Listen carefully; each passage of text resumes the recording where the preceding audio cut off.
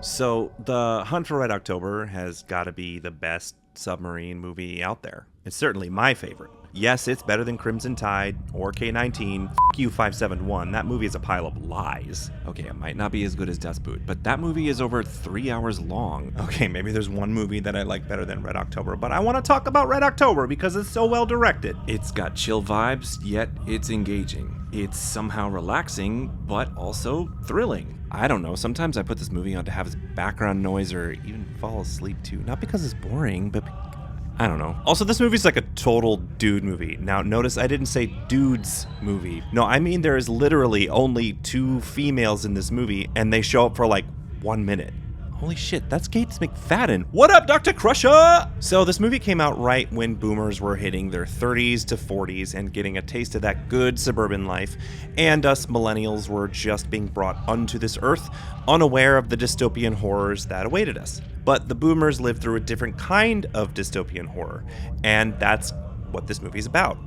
Okay, it's not really horror, I said it was chill, but the implications this movie explores are kind of mind-melting. It's about CIA scholar bookworm Jack Ryan, who is really into the Navy and Navy tactics and writes books on Navy captains, and discovers that a new Russian intercontinental ballistic missile submarine is launching, and the sub has the ability to swim through the ocean virtually silently, and the captain might be going rogue, and it's heading for the east coast of the good old US of A. So for you Gen whatever is left in the alphabet who don't know what I just said, an intercontinental ballistic missile submarine is a big boat that can move underwater and can launch nuclear missiles from anywhere it can swim to almost any spot on the planet. So it can't be seen, in the case of this movie, it can't be heard, and it can launch up to 40 nuclear missiles, each with several nuclear warheads on each missile. See what I mean by mind-melting implications? We're all gonna die! But like I said, this movie's chill, and here's why.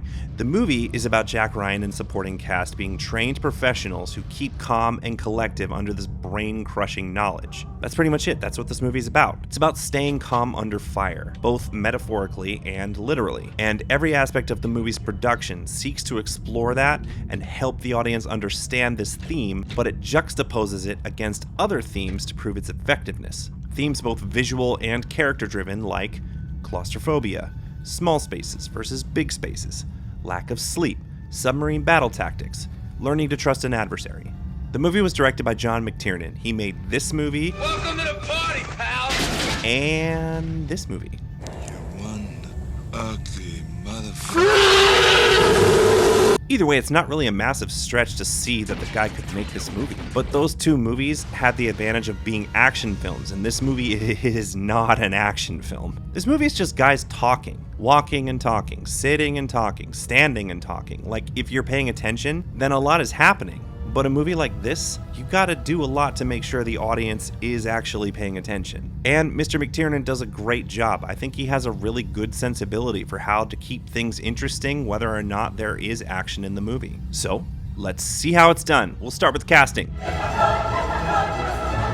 Casting is arguably the most important job for a director. You gotta have some tactics as to what you're looking for, and John had a few goals with this film.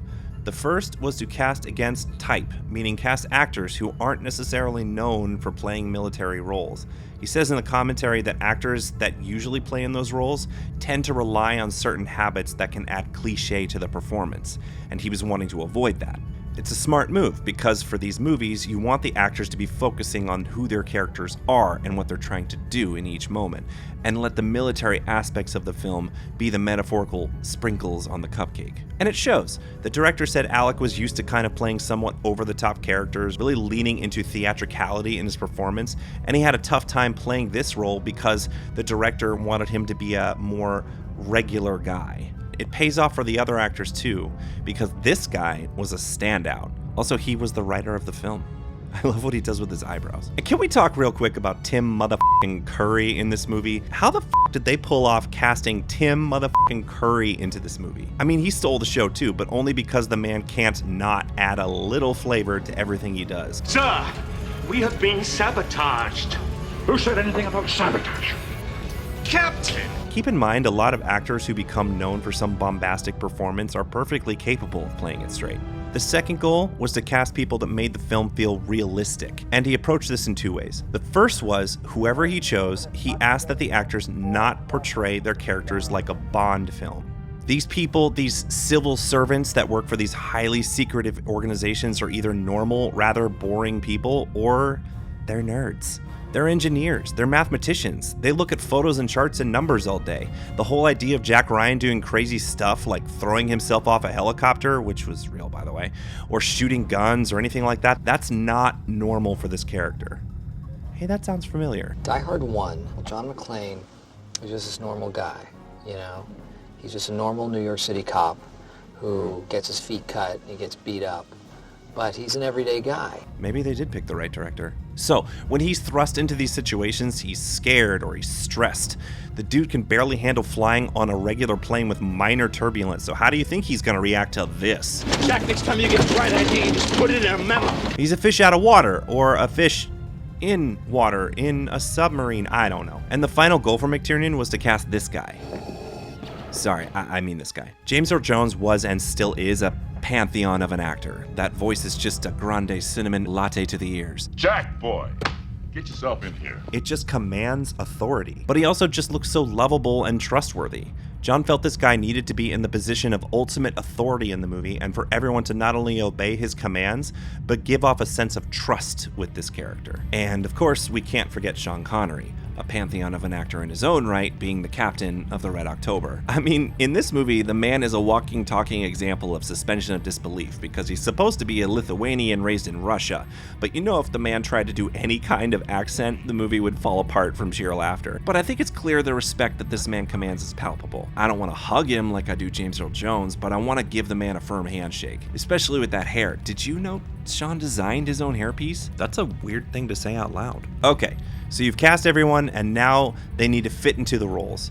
Hollywood is known for doing ridiculous you money things with actors to get them ready for roles, and this was no different. Scott Glenn and Alec Baldwin actually got to spend a few days on a submarine doing its thing for real. What was so killer about this experience is how much it influenced Scott Glenn. While they were aboard, the Navy captain basically told his crew to treat Scott as if he were the real captain, and to observe the actual captain's behavior. This more or less influenced him to completely change his performance plans for the character to be much more calm, cool, and collective. And this is what really sold me on the whole concept of this film being about that theme. Scott's reaction as things got more tense or the stakes got higher was to play it calmer and calmer. Collision in 400 yards, 350, 300. Captain. Right full rudder, 30-degree down. It's refreshing, it's unexpected, and it plays against audience expectations of military movies. Estimate range 3,000 yards, closing awfully fast. The actors aren't the only things getting this movie into character. Some pretty sick stuff was done to add to the realism of the film, most notably the sets for the bridges. I'm going to talk more about that later, but this particular thing applies to the actors. The bridges sets were placed on a gimbal, so whenever the ship was turning, diving, or surfacing, the gimbal would turn properly to make it so the actors didn't have to fake leaning in any particular direction. Pretty f***ing rad. The last thing to really set this film up for success was the background. They used real Navy sailors to fill in the background, and whenever something went down, like diving or turning, the Navy background would behave as if it were a real situation. Shit, even the captain in the rescue sub scene was a real sub-captain. Camera, blocking, and the blocking of the camera are what make this movie for me. This movie has a ton of fun with the camera, and that's because it has to. Like I said before, the movie is just a bunch of guys talking. So if you're gonna keep things interesting, you gotta get everything moving. This film is full of one-shots, but the thing that makes them special is that they aren't really meant to be noticed. And unless you have a specific reason for the shot to be noticed, it not being noticed should be the goal. The film also does a great job of using camera to show rather than tell. It has fun uses of setup, build-up, and payoff, and it gives the audience a chance to put things together themselves rather than try to point your attention. Show don't tell is a tale as old as time, but in a film like this, it's pretty necessary. Anyone who knows submarines know that they are extremely close quarters. Even the biggest of the big, which the Red October is, and it's a real class of submarine, is still tight quarters. So naturally, you want to portray these tight quarters, and this movie was great for that. It wanted you to feel like you were in that sub and part of that crew. For the majority of the shots in the subs, they stuck with wide-angle lenses and got the cameras right in the actors' faces. Anytime there was a moment where the actors had to squeeze through somewhere, the camera did too.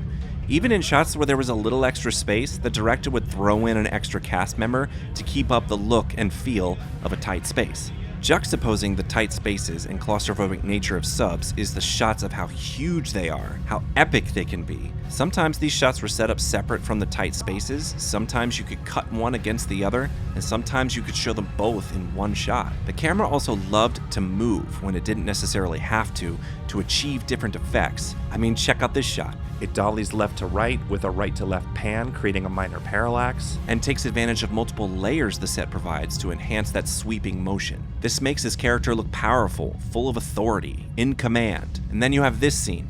A lot happens in this scene, but it's fantastic. We start with a profile medium shot of Alec and James. Then it rack focuses to a wide of the Secretary of State. He stands up, walks towards Alec, now it's an over the shoulder. After a quick coverage shot on Alec, the Secretary of State says something causing Alec to jump out of his seat, and now we have a two-shot. Not only does this make the scene feel grounded and creates the necessary emotional effects for each beat, it saves time during the shoot. So the biggest thing here for production design is the 3 submarine bridges. The Red October, the USS Dallas, and the Russian attack sub that's hunting the Red October. Sub bridges or Navy sets are all gonna look similar, so you gotta make sure each set looks different enough that the audience can understand the difference. So here's what they did. The Red October bridge is black with blue lighting. The filmmakers said their main source of inspiration was the Death Star sets, which is pretty cool. The Dallas bridge is white with red lights. A note that was given to production design is basically add white bulkheads around the instruments akin to airplanes. So that's pretty cool. And the Russian attack sub was black with green lights. What is it with evil things or bad guys in the color green? Also, oh shit, it's Stellan Skarsgård. What a baby face! This juxtaposition of sets and lighting colors worked super well in this scene when the Dallas and Red October are talking to each other via Morse code. It cuts straight from bridge to bridge, so it really sells the fact that we are going from Russian to American subs without getting confused. Alright, now we're going to talk about the toughest thing this movie had to convey: how to be a sub captain. Battle stations. Submarine captains kind of have to be more or less geniuses to do their jobs. I'll try to explain this. The ocean past 150 feet underwater is like really, really dark. It's also big. It's also dark. Dark as f***. In a sub, nobody can see what's in front of them or around them to navigate. They can't see anything, so they have to rely on charted maps, their instruments, and their crew to tell them where things are relative to the sub. Often the things around them are moving, and the things moving are not on a two-dimensional plane. They are above and to the right, or below and to the left, or God knows where. The point is, the sub-captain has to keep all of this in their heads and give orders based on all these variables. We get to see this in a few scenes, but most notably 2 scenes where Connery is in charge of navigating the sub through basically an underwater canyon. The first scene is he's just showing off. There isn't really any reason for this character to do this, and it doesn't serve the story until the sub is being attacked via underwater torpedo. We see that the navigator of the ship has to make turns at a certain speed at a certain distance in the sea canyon, otherwise he can't really navigate. Mistakes could be made and the sub could crash into the walls. Connery tells the navigator to speed up anyways, and the navigator responds by saying he's moving the ship too fast. Connery isn't listening. He's calculating. He's doing what the navigator is doing in his head, and we see it on camera. For the director to make this work, they have to use a series of visuals that has to be portrayed carefully to the audience so that they don't miss anything. Establish with the maps, support with the sub visuals, then drive the point home with Connery calculating, and show the payoff with the torpedo missing the sub. I guarantee this entire sequence was heavily storyboarded well ahead of time, and it gives credence to certain scenes needing storyboarding and other scenes having flexibility for improvisation. It's well planned, carefully thought out, and it pays off more than once.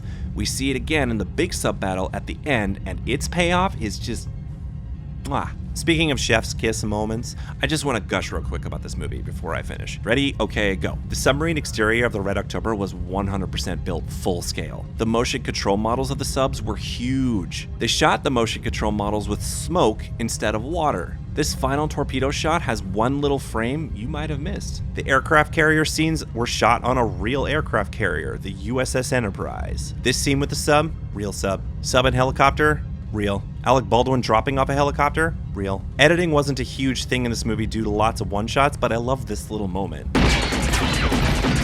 Like, yo, okay, was that necessary? This actor later became a senator. Isn't that crazy? Is that the Hellraiser guy? Yeah, that's the Hellraiser guy. Tim motherfucking Curry is in this movie. Okay, so the big question here is, how does this apply to you, assuming you're a director? I mean, you're not gonna have a submarine set or shoot a sub movie or whatever. I don't know, maybe you will.